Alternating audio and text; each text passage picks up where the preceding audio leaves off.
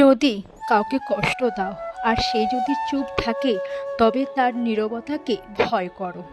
কারণ এর বিচার স্বয়ং ঈশ্বর ভগবান আল্লাহ যাই বলুন না কেন সে করবে।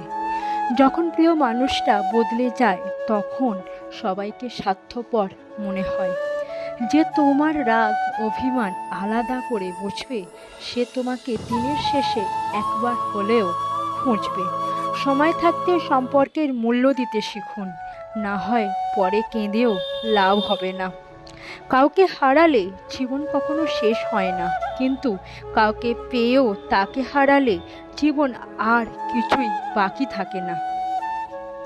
চাহিদা যত কম, জীবন তত সহজ এবং সুখের হয়। মানুষ আপনার সাথে নয়, আপনার পরিস্থিতির সাথে হাত মেলায়।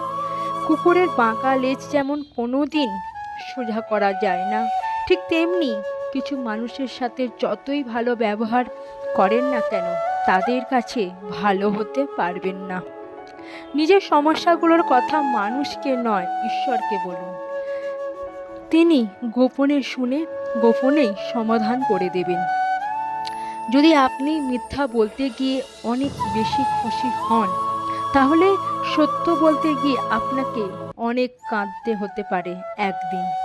আপনি যদি দোষ খুঁজতে চান, তাহলে গোলাপের সুগন্ধিতেও দোষ খুঁজে পাবেন। আর আপনি যদি গুণ খুঁজতে চান, তাহলে গোলাপের কাঁটাতেও গুণ খুঁজে পাবেন। মানুষকে অবশ্যই বিশ্বাস করা উচিত, কিন্তু তার আগে ভেবে দেখুন সে আসলে মানুষ কিনা। সৃষ্টির সেরা জীব হলো মানুষ, কিন্তু মাটির তৈরি, তবু অহংকারের শেষ নেই।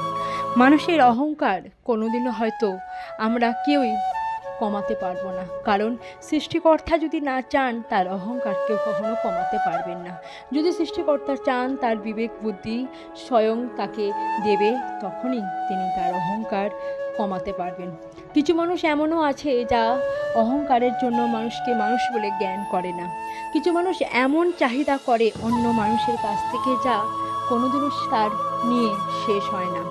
এমনও মানুষ আমরা দেখেছি যা বাস্তবে বলার মতো নয়, কারণ একটা মানুষ আর একটা মানুষের কাছ থেকে যখন জিনিস চায়, তখন চাইতেই থাকে, চাইতেই থাকে, চাইতেই থাকে। তার মনে হয় না যে সেই মানুষটা আমাকে যখন দেয়, তাকে আমি কেমন করে গিফটটা দিতে হয়।